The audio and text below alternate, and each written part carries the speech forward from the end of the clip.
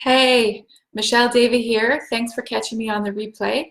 I wanted to check in here today with a video, and I've had a lot of requests through message and also in the Writer's Mind community group on Facebook. If you're not already there, be sure to join us. But people want me to talk about goal setting. And I think I may have been actually avoiding talking about goal setting, especially with the new year and all the excitement around that. I did do a podcast episode, the Writer's Mind podcast episode, on how to get what you want in 2020, but it really wasn't specifically about goal setting.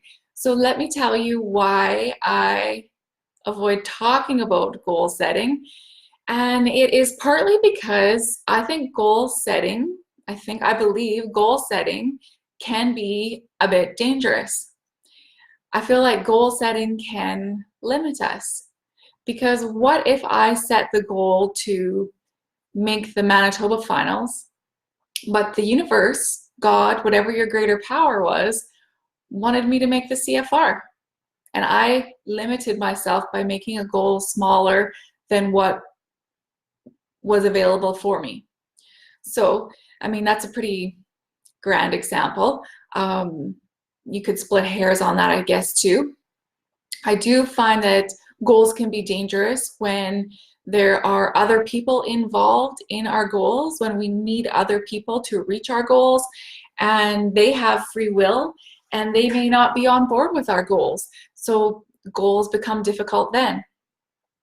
I also see it dangerous where people connect their self-worth with achieving the goal or not achieving the goal, like that they are something because they've achieved the goal, or they are not something because they didn't reach their goal.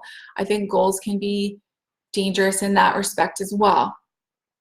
I do think it's important that while we're going along on life's journey, and whether we're competing or whatever we're doing, that there are measurable steps that we are taking so that we can see where we've been and know where we're going.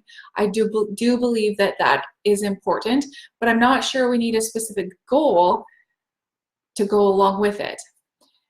I do question when we are setting goals, if we're always setting goals that align with our values, our soul's purpose, and our heart's desires, or are we setting goals with what we or the ego would think was cool, or that it would help to prove to you, or it would be good for business, or other people would think I was great if I achieved that goal. So I do think that we have to be really careful when we are setting goals, that we question, who are these goals for, whose idea was it, and who is it benefiting? So when I set goals, and I'm not saying that I don't set goals, based on all the reasons I said that I feel goals are dangerous, I try and look at what my soul, what my heart, and what they have to say, and how that aligns with, my life's purpose. So I would set goals based on growth. So like last year, my main goal was to do things that scared me, to do things that were going to create growth for me, were to set myself up for uncomfortable feelings so I could get comfortable with that discomfort. Podcast came out today on that. And that I would grow through that, and that my goal was to have a confident, solid horse by the end of the year. It was to place in the Super Stakes, the CBHI Super Stakes, but my values would not compromise on the fact that I wouldn't place at the expense of my horse not being solid, confident, and seasoned at that time. So I would let that goal go if it meant I wasn't going to be able to achieve the other one of that solid, confident horse. So your goals need to align with your values and not compromising on them along the way. Because if we set a goal, and so an example of that, if we're setting a goal to make finals, and that's all we're looking at, that's all we're working at towards all year, are we compromising what we believe is right in our heart along the way to achieve that goal? So that's where I find goals are dangerous, we need to know what we're willing to compromise along the way to reach those goals, or what's more important to us than that goal. It's just a goal. It's not the be all and the end all. But I do believe it's important to put, to cast a line, to throw out an arrow to where you want to go. But more importantly, I feel like it's important to know what's in your heart and where you want to go in your heart. So when you are going to set goals, because I do think it's good, but I have given you all the warnings around it, I think that we should set goals that are easily achievable, so that we get a little feather in our hat, a check on the paper that, yep, we did that. It's good for our confidence. I feel like we should set goals that do require some growth, that it's going to stretch you a little bit because it's going to be a little bit challenging to get there. Then I feel like we should set a goal that if everything went well all year and it was the best case scenario, my horse was like as amazing I believe her to be in her heart, and so then everything went all tickety-boo, and I had the finances in place, I had the time to do it, I had the horse to do it, I had everything in place, my perfect world goal. Then I feel like we should have a wildly improbable but possible goal. So not wildly impossible, but a wildly improbable goal. So that might be me making the CFR in the minimum number of rodeos. That doesn't happen to a lot of people, but I'm not saying that's my goal, but I'm just putting that out there. That is possible, but highly improbable that somebody would do that, right? And obviously you've got to do the things to get there too, like get the card and go to the rodeos. So, and then I would suggest asking what else is possible. So that gets you off the hook from the danger that I said of limiting yourself. So my goal is to make the Manitoba finals. What else is possible? So if I add that to the end of it, I've put that out to the universe, to God, to the creator, whoever it is for you. I've put that out there, that what else is possible, so that I can be shown that. Because there are always things out there that are available to us that we haven't thought of yet. Maybe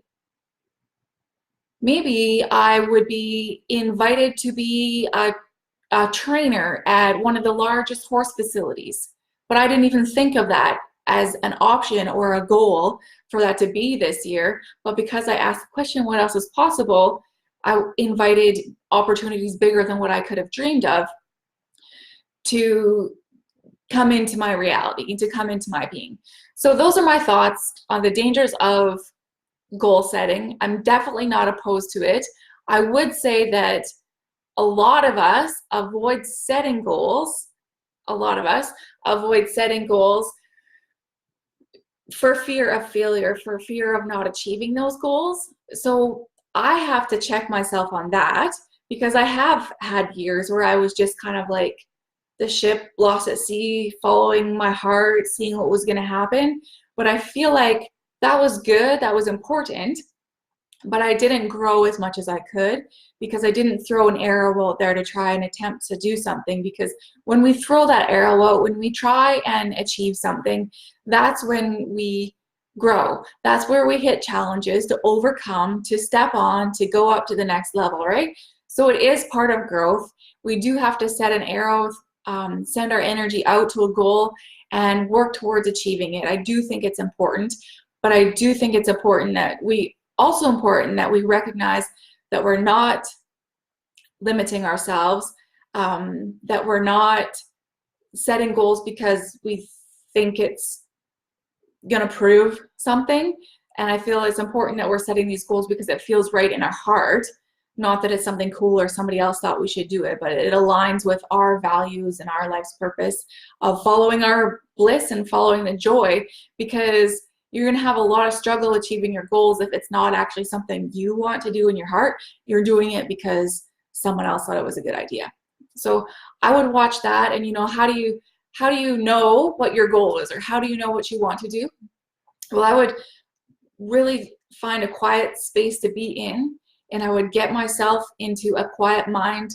You may need to practice a little bit of some guided meditations where you can quiet your mind and just cast out some ideas in your mind, different things that you'd like to perhaps achieve, and imagine yourself there and see how it feels when you're there. If it makes your tummy kind of like crank and get cranky, then that's probably not where you want to be. If you feel light and elated when you think and excited of when you're already there, then that's a pretty good indication that that's something that aligns with you and your heart, that that's a direction you want to go, so then you can build your goal around that.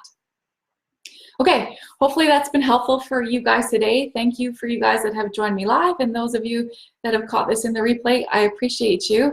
If you haven't already, make sure you download the 3-part mini course, Next Level Mindset. It's a 3-part audio series that you'll download or get emailed to your computer or to your email, phone, wherever you want to listen to it. It's an audio training.